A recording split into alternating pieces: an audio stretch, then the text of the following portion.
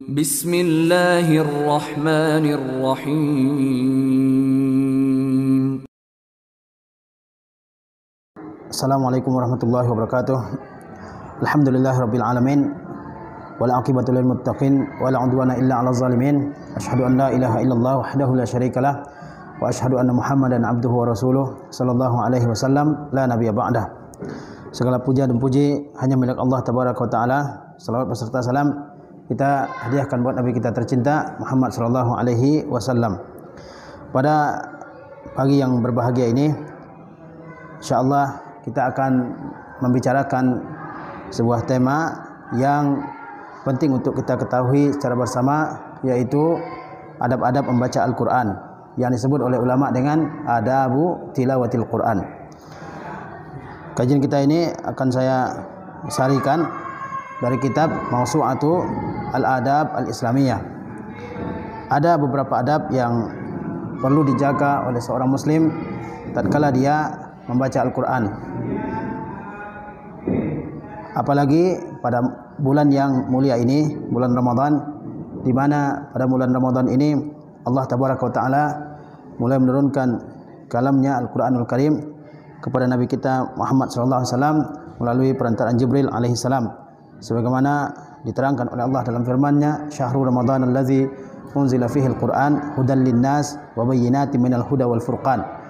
Pada bulan Ramadan ini Allah Subhanahu wa taala menurunkan kalamnya Al-Qur'an sebagai petunjuk dan penjelasan bagi segenap umat manusia. Apabila seseorang membaca Al-Quran dengan penuh adab, maka insya-Allah dia akan mendapatkan banyak faedah dari bacaan yang ia baca tersebut.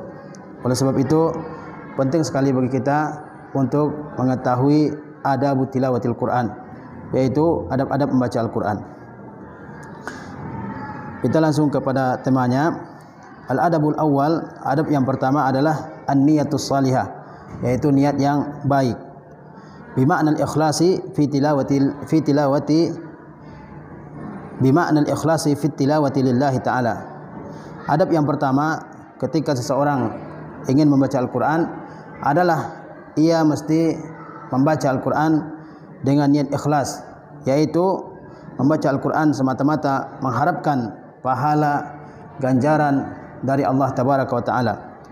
Fa innal amala idza lam yakun khalisan liwajhihi ta'ala lam yuqbal. Karena amal itu apabila dia tidak ikhlas mengharapkan ridha dari Allah tabaraka wa ta'ala, lam yuqbal, maka ia tidak akan diterima. Kita semua mengetahui bahwasanya syarat diterimanya ibadah oleh Allah tabaraka wa ta'ala pertama adalah ikhlas, yaitu mengerjakan ibadah semata-mata karena Allah tabaraka wa ta'ala. Dan syarat yang kedua adalah ittiba'u sunnatin nabi, yaitu mengikuti sunnah Nabi sallallahu alaihi wasallam. Apabila kedua syarat ini terpenuhi, maka ibadah yang dikerjakan oleh seseorang akan diterima oleh Allah Subhanahu wa taala. Termasuk di antaranya membaca Al-Qur'an, yang termasuk merupakan ibadah yang agung. Di dalam membaca Al-Qur'an, seseorang mesti membacanya dengan niat ikhlas, yaitu membaca Al-Qur'an semata-mata mengharapkan ridha, ganjaran dan pahala dari Allah tabaraka wa taala. Apa dalil yang menunjukkan wajibnya ikhlas dalam ibadah? Dalilnya adalah firman Allah Subhanahu wa taala dalam surah Al-Bayyinah ayat 5. Allah berfirman, "Wa ma umiru illa liya'budullaha mukhlishina lahud-din hunafa." Dan tidaklah mereka diperintahkan melainkan beribadah kepada Allah Subhanahu wa taala dengan mengikhlaskan agama ini semuanya untuk Allah Subhanahu wa taala, lagi bersikap lurus.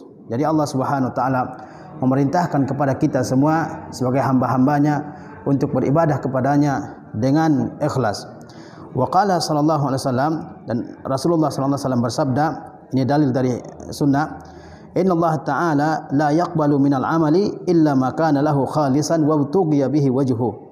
Kata Rasulullah SAW, sesungguhnya Allah Ta'ala tidak akan menerima suatu amal kecuali amal tersebut dikerjakan dengan ikhlas, wa tughiya bihi wajhu, dan dikerjakan demi mengharapkan keridhaan dari Allah Subhanahu wa taala. Rasulullah SAW menjelaskan bahwasanya Allah Subhanahu wa taala tidak akan menerima amal yang dilakukan oleh seorang hamba kecuali ia melakukannya dengan ikhlas, dengan semata-mata mengharapkan pahala, ganjaran dan keridaan dari Allah tabaraka wa taala.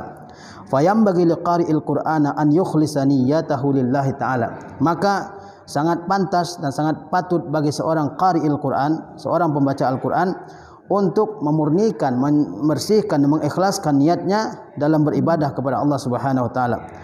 Wala yaqra'uhu riya'aw wala sam'ah. Dan janganlah ia membaca Al-Qur'an ini dengan niat riya atau dengan niat sum'ah. Bal yakunu niyyatuhu nailal ajri was thawabil mau'udi ala qiraatil Qur'an. Tetapi niatnya yang seharusnya adalah mendapatkan pahala dan ganjaran yang dijanjikan atas ibadah membaca Al-Qur'an. Jadi seorang pembaca Al-Qur'an hendaklah dia mengikhlaskan niatnya di dalam membaca Al-Qur'an ini. Dia tidak membacanya karena riya, dia tidak membacanya karena sum'ah. Dan kita semua mengetahui bahwa suatu amalan jika dikerjakan dengan riya atau dikerjakan dengan sum'ah, ingin mengharapkan pujian dari orang atau ingin mengharapkan orang lain mendengarkan ibadahnya, maka Allah Subhanahu wa taala tidak akan memberikan ganjaran kepada orang tersebut. Dan di akhirat sebagaimana disabdakan oleh Rasulullah SAW, Allah akan memerintahkan orang-orang yang riya untuk meminta pahala kepada orang yang ia riya karenanya, dan ia tidak akan mendapatkan. Rasulullah SAW bersabda kepada orang-orang yang riya, Allah berfirman kepada mereka di hari kiamat, izhabu ilal ladzina kuntum turauna fid dunya. Pergilah kalian meminta pahala kepada orang-orang yang kalian riya di hadapan mereka selama hidup di dunia. Fa hal tajiduna lahum min jaza? Apakah kalian dapatkan balasan di sisi mereka? Dan tentu tidak akan didapatkan ganjaran dan pahala dari orang-orang yang seseorang riya karenanya. Bal yakunu niyyatuhu nailal ajri was thawabil mau'udi ala qiraatil Qur'an. Nah, niat seseorang dalam membaca Al-Qur'an ini adalah semata-mata mengharapkan ganjaran dan pahala yang dijanjikan atas amalan membaca Al-Qur'anul Karim. Wa kadzalika yajibu alaihi an yanwiya bi qiraatihi al-ihtida'a bi kitabillah ta'ala. Selain itu, seseorang yang membaca Al-Qur'an wajib atas dia untuk berniat dalam bacaannya apa yang diniatkan, al-ihtida' bi kitabillah, yaitu mengharapkan hidayah dan petunjuk, bimbingan dari bacaannya terhadap kitabullah, terhadap Al-Qur'anul Karim. Kemudian Syekh melanjutkan wal amala bihi, dan juga mengamalkannya. Ketika kita membaca Al-Qur'an, kita niatkan bahwa dengan bacaan tersebut kita mengharapkan mendapat petunjuk dari Allah Subhanahu wa taala, dan kita mengharapkan juga agar kita semua bisa mengamalkan apa yang kita baca. Waluzuma ahkamihi, dan kita berharap juga, berniat juga supaya kita konsisten menjalankan hukum-hukumnya. Wa ta'alluma kaifa yurdillah azza wa jalla, dan kita berharap juga agar kita bisa mempelajari apa-apa yang membuat Allah Subhanahu wa taala ridha kepada kita. Ini merupakan adab yang pertama di dalam membaca Al-Qur'an, yaitu harus berniat dengan niat yang ikhlas karena Allah Subhanahu wa taala. Al-adabu tsani, adab yang kedua, al-ihtisab. Al-ihtisab yaitu mengharapkan pahala dari ibadah yang kita kerjakan, termasuk membaca Al-Qur'anul Karim. Syekh berkata, wa dzalika bi an yarjua thawab qiraatihi minallahi taala. Apa yang dimaksud dengan ihtisab? Yaitu seseorang mengharapkan pahala bacaannya dari Allah tabaraka wa taala. Jadi mengharapkan pahala dari tilawah, dari qiraah, dari membaca Al-Qur'anul Karim. Wa yaltamisu biha mau'uda al-ajri allazi wa'ada bihi Nabi sallallahu alaihi wasallam. Dan ia berusaha mencari pahala yang dijanjikan oleh Nabi sallallahu alaihi wasallam bagi orang yang membaca Al-Qur'an. Apa pahala yang dijanjikan oleh Rasulullah sallallahu alaihi wasallam bagi orang yang membaca Al-Qur'an? Rasulullah SAW bersabda, man qara'a harfan min kitabillahi falahu bihi hasanah wal hasanatu bi asyri amsalihha. La aqulu alif lam mim harfun walakin alifun harfun wa lamun harfun wa mimun harfun. Rasulullah SAW menjanjikan pahala yang luar biasa bagi seseorang yang membaca Al-Qur'anul Karim. Kata beliau, man qara'a harfan min kitabillah, barang siapa yang membaca satu huruf dari kitabullah, dari Al-Qur'anul Karim, falahu bihi hasanah, maka ia akan mendapatkan satu pahala, minimal satu pahala. Wal hasanatu bi asyri amsalihha, dan satu pahala itu akan dilipat gandakan menjadi 10. La aqulu alif lam mim harfun. Kata Rasulullah SAW selanjutnya, saya tidak mengucapkan, saya tidak mengatakan bahwa kata alif lam mim itu satu huruf, tetapi alif satu huruf dan lam satu huruf dan mim satu huruf. Jadi jika seseorang membaca Al-Quran minimal dia mendapatkan 1 pahala, dan 1 pahala tersebut dilipat gandakan menjadi 10, dan 10 itu bisa dilipat gandakan bahkan menjadi 700 kali lipat. Kemudian Rasulullah SAW mengatakan bahwasanya ya alif lam mim itu bukan 1 huruf kata Rasulullah SAW, melainkan alif 1 huruf, lam 1 huruf, dan mim 1 huruf. Jika seseorang membaca alif lam mim saja, minimal dia mendapatkan 30 pahala. Nah, tatkala seseorang membaca Al-Quran, maka hendaklah dia berniat agar dia ya mendapatkan pahala dari Allah Tabaraka wa Ta'ala dengan bacaan Al-Quran dia tersebut.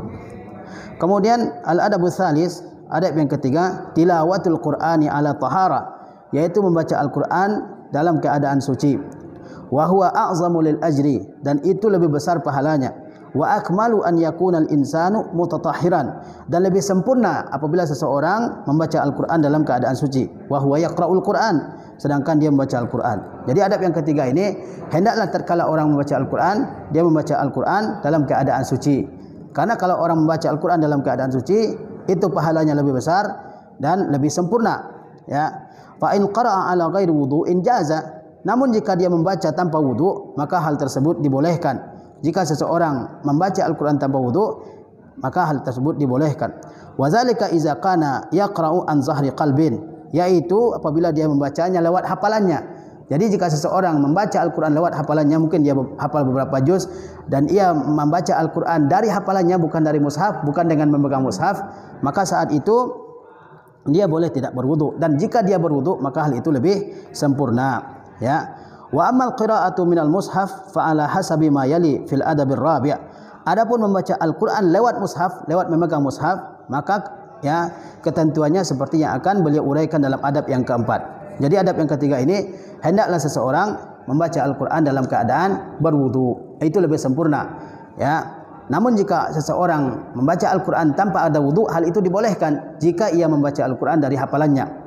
Nah, bagaimana jika seseorang membaca Al-Quran lewat ya mushaf? Ini akan diuraikan dalam adab yang keempat. Al-adabur rabi', adab yang keempat, at-tatahhur limassil mushaf. Adab yang keempat adalah bersuci karena ingin menyentuh mushaf, karena ingin membaca Al-Quran lewat mushaf ya. Mushaf yaitu Al-Quranul Karim. Fa inna Nabiy sallallahu alaihi wasallam qala, sesungguhnya Nabi sallallahu alaihi wasallam bersabda, la yamussal Qur'ana illa tahir. Tidak boleh menyentuh Al-Quran kecuali orang yang suci. Tidak boleh menyentuh Al-Quran kecuali orang yang suci. Fa in massahu ala ghairi taharatin fa fihi khilaf. Jika seseorang menyentuh Al-Quran dalam keadaan tidak suci, maka dalam hal ini ada khilaf, ada perbedaan ulama, apakah boleh atau tidak. Jadi Rasulullah SAW bersabda, janganlah menyentuh Al-Quran kecuali orang yang dalam keadaan suci, yaitu orang dalam keadaan berwudu. Nah, bagaimana jika seseorang menyentuh mushaf dalam keadaan tidak wudu? Ya. Nah, di sini kata Syekh ada khilafnya, ada perselisihannya, boleh atau tidak. Wal ahwatu at-tatahhur limassil mushaf. Yang lebih berhati-hati, sikap yang lebih berhati-hati dalam hal ini adalah at-tatahhur, yaitu bersuci, berwudu, limassil mushaf. Ya, karena ingin menyentuh mushaf. Ya. Jadi yang lebih hati-hati dalam hal ini adalah jika seseorang ingin membaca Al-Quran dari mushaf, maka hendaklah dia berwudu terlebih dahulu. Faqad ishtarata dzalika aktsarul ulama. Karena hal tersebut telah dipersyaratkan oleh banyak ulama. Banyak ulama ya, atau mayoritas ulama mensyaratkan bahwa orang jika ingin membaca Al-Quran dari mushaf, maka hendaklah dia dalam keadaan bersuci. Wa in kana ba'dul ulama'i jawwazu massal mushafi min ghairi wudu'in. Meskipun sebagian ulama membolehkan menyentuh mushaf bagi orang yang tidak berwudu. Walakinil afdalu ma dzakarna minal wudu'i lamassil mushafi. Tetapi yang lebih utama adalah seperti yang kita terangkan, yaitu mesti ada wudu bagi orang yang ingin membaca Al-Quran dengan menyentuh mushaf. Wa hadza aqrabu lil khusyu' wa khushu'i wa huduril malaika. Ini lebih dekat kepada kekhusyukan ya, dan lebih dihadiri oleh malaikat. Jadi pada masalah yang adab yang keempat ini, jika seseorang membaca Al-Quran lewat mushaf, maka yang lebih berhati-hati adalah hendaklah dia membaca Al-Quran dalam keadaan berwudu. Meskipun sebagian ulama membolehkan orang yang tidak berwudu untuk membaca Al-Quran tanpa ada wudu ya. Al-adabul khamis, adab yang kelima, istiqbalul qiblah, yaitu menghadap kiblat. Wa qad dzakara dzalika jama'atun min ahli ilmi. Adab yang kelima adalah menghadap kiblat. Dan hal tersebut telah disebutkan oleh sekumpulan ulama kan Nawawi wa ghairihi, seperti Nawawi dan selainnya. Fa in lam yastaqbilil qiblata jaza lahul qira'ah. Jika ia tidak menghadap kiblat, ia tetap boleh membaca. Wala haraja alaihi, dan tidak ada dosa. Ya. Wastiqbaluha yakunu ad'a lil khusyu'i wa afdal min adam istiqbaliha. Menghadap kiblat lebih mengundang kepada kekhusyuan dan lebih utama daripada tidak menghadap kiblat. Jadi adab yang kelima ini ya seperti disebutkan oleh sekumpulan ulama termasuk An-Nawawi dan yang lainnya, hendaklah ketika membaca Al-Qur'an orang membaca Al-Qur'an dalam keadaan menghadap ke arah kiblat.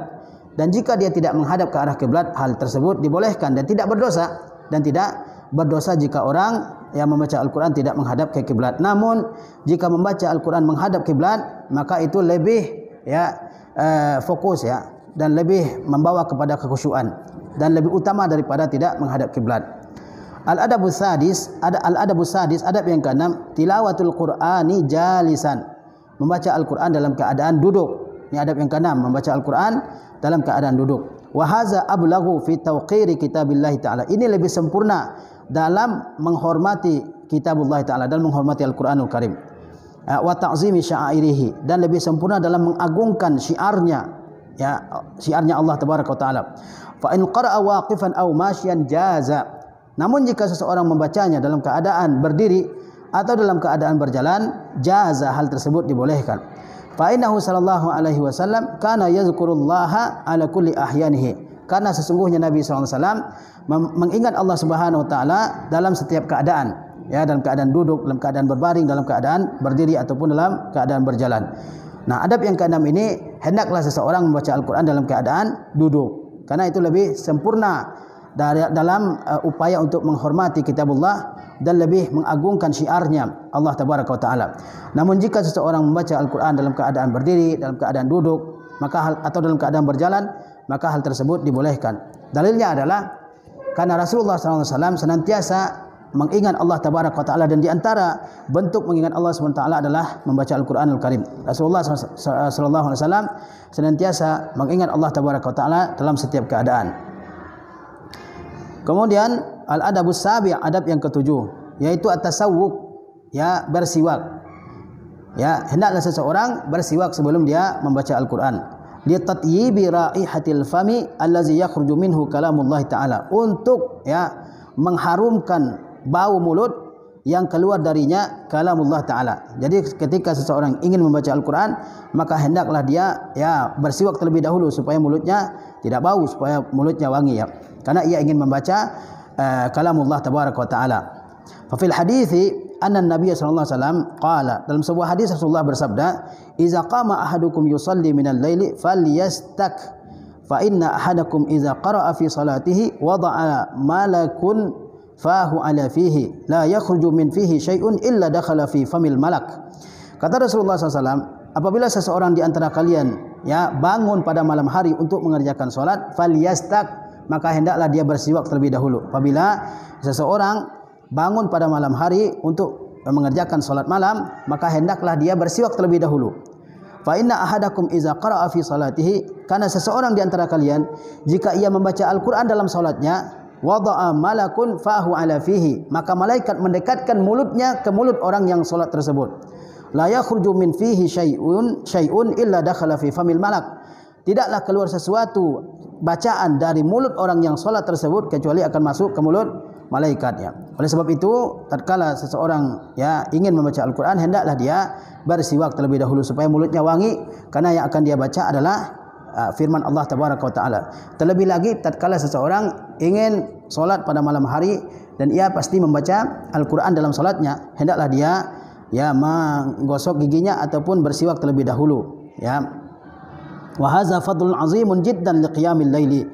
Kata Syekh, ini merupakan suatu keutamaan yang sangat besar bagi ibadah qiyamul laili, yaitu ibadah salat malam. Wali tilawatil Qur'an fi salatil laili, dan ini juga menunjukkan besarnya ya pahala membaca Al-Qur'an pada waktu salat malam.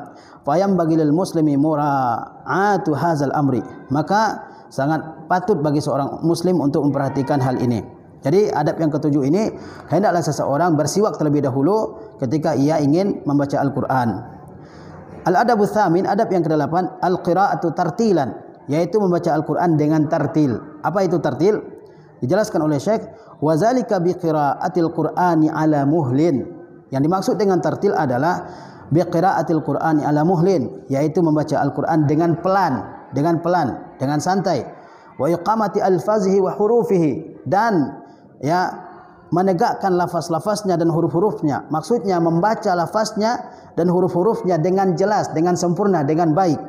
Wa mura'atu ahkami tilawatihi, dan dengan memperhatikan hukum-hukum tilawah. Ya, hukum-hukum tilawah Al-Quran, hukum-hukum bacaannya, mana yang didengungkan, mana yang tidak didengungkan, mana yang izhar, mana yang yang tidak, ya, mana yang ditebalkan, mana yang ditipiskan, mana yang dipanjangkan, mana yang dibaca 2 harakat, mana yang boleh dibaca 4 harakat atau 6 harakat. Ya, hendaklah seseorang ya memperhatikan semua ini dalam bacaannya. Oleh sebab itu diperintahkan kita untuk membaca Al-Quran dengan tartil. Faqad qala ta'ala, Allah Ta'ala berfirman, warattilil Qur'ana tartila, dan bacalah oleh engkau Quran itu dengan tartil. Bacaan dengan tartil itu, pertama, membaca Al-Quran dengan santai, tidak terburu-buru. Membaca Al-Quran dengan memperhatikan ya pengucapan lafaznya, pengucapan huruf-hurufnya, dengan memperhatikan hukum-hukum tilawahnya, ya. Wa huwa min mafhumi qaulihi ta'ala, dan membaca Al-Quran dengan tartil itu termasuk ya dalam mafhum firman Allah Subhanahu wa taala, yatlunahu haqqa tilawatihi. Ya, membaca Al-Quran dengan tartil termasuk dalam mafhum firman Allah Subhanahu wa taala, yatlunahu haqqa tilawatihi. Mafhum artinya sesuatu yang dipahami dari suatu teks, ya, dari suatu teks Al-Quran ataupun hadis Rasulullah SAW. Ada ayat dalam Al-Quran yang berbunyi yatlunahu haqqa tilawatihi. Mereka membacanya dengan benar-benar membacanya. Apa yang dimaksud dengan membacanya dengan sebenar-benarnya? Ayyura'una ahkama qiraatihi wa tilawatihi. Maksud membaca dengan sebenar-benarnya adalah mereka memperhatikan hukum-hukum qiraah dan tilawahnya, ya. Wa yuqimuna alfazahu wa hurufahu. Mereka menyempurnakan, menegakkan lafaz-lafaznya dan huruf-hurufnya, ya. Wa yuhilluna halalahu wa yuharrimuna haramahu wa yattabi'unahu. Mereka juga menghalalkan yang dihalalkan Al-Quran, dan mereka mengharamkan yang diharamkan Al-Quran, dan mereka mengikutinya, mengikuti Al-Quranul Karim. Wa ya'maluna bima jaa'a fihi, dan mereka mengamalkan semua yang terdapat di dalamnya. Fa kullu hadza min tilawatil Quran haqqa tilawatihi. Semua ini tercakup dalam makna membaca Al-Quran dengan sebenar-benarnya. Jadi ya, membaca Al-Quran secara tertil itu tercakup dalam ayat yang berbunyi yatlunahu haqqa tilawatihi. Mereka membaca Al-Quran dengan sebenar-benar membacanya. Apa yang dimaksud dengan membaca Al-Quran dengan sebenar-benarnya? Yaitu mereka memperhatikan hukum-hukum qiraah dan hukum-hukum tilawah. Mereka ya memperhatikan pengucapan lafaznya, kalimatnya, hurufnya. Mereka menghalalkan yang dihalalkan Al-Quran, mengharamkan yang diharamkan Quran. Mereka mengamalkan segala yang terdapat di dalam Al-Quranul Karim. Kemudian al-adabut tasya, adab yang ke-9, tahsinus sauti bil qiraah, yaitu memperbagus suara tatkala membaca Al-Quranul Karim. Wa hadza min adabit tilawah, ini termasuk adab tilawah. Faqad qala an-nabiy sallallahu alaihi wasallam, sesungguhnya Nabi sallallahu alaihi wasallam telah bersabda, zayyinul qur'ana bi aswatikum, hiasilah Al-Quran itu dengan suara kalian. Fa inna sautal hasana yazidul qur'ana husna, karena suara yang indah akan semakin memperindah Al-Quran. Jadi di adab yang ke-9 ini kita dianjurkan untuk memperbaiki suara ketika membaca Al-Quranul Karim. Rasulullah SAW bersabda, hiasilah oleh kalian Al-Quran itu dengan suara kalian, karena suara yang indah akan semakin memperindah Al-Quran tersebut, ya. Fayambaghi liqari'il Qur'ana an yuhassina bihi sautahu mastata'a, maka sangat patut bagi seorang pembaca Al-Quran untuk memperbagus suaranya sesuai dengan kemampuannya. Sangat patut bagi seorang yang membaca Al-Quran untuk memperbagus suaranya ya sesuai dengan kemampuannya. Fa innal malaikata tastami'u qira'atahu, sesungguhnya malaikat mendengar bacaannya. Bal wa hatta an-nas tuhibbu an tastami'a lil qari'i zi as-sautil hasan. Ya, kenapa harus memperindah suara tatkala membaca Al-Quran? Pertama, supaya Al-Quran lebih indah kedengarannya. Bayangkan kalau orang suaranya tidak bagus kemudian dia baca Al-Quran, ya, orang mungkin tidak tertarik, ya. Itu yang pertama, supaya Al-Quran semakin indah terdengar. Kemudian malaikat juga ingin mendengarkan tilawah orang tersebut. Bahkan orang manusia, ya, secara umum mereka ingin mendengarkan suara yang bagus, ya. Fatahsinu sauti mimma yuraqibun nas fi sima'i kalamillahi ta'ala. Memperbagus suara itu termasuk di antara yang mendorong orang untuk mendengarkan kalam Allah, mendengarkan firman Allah tabaraka taala. Maka kita berusaha ya sebaik mungkin untuk memperbaiki suara kita dalam membaca Al-Qur'anul Karim. Kemudian seterusnya adab yang ke-10 adalah at-tahazzun wat takhasyu', yaitu berusaha menampakkan kesedihan dan berusaha menampakkan kekhusyukan. Ya, fayambaghi liqari'il Qur'an an yakhsha wa an yahzan. Maka patut bagi seorang pembaca Al-Qur'an itu untuk khusyuk, untuk tunduk, ya.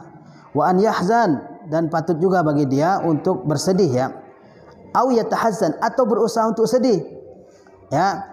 Laisa riya'an wala sum'atan, selama ya tidak termasuk kepada riya dan tidak termasuk kepada sum'ah.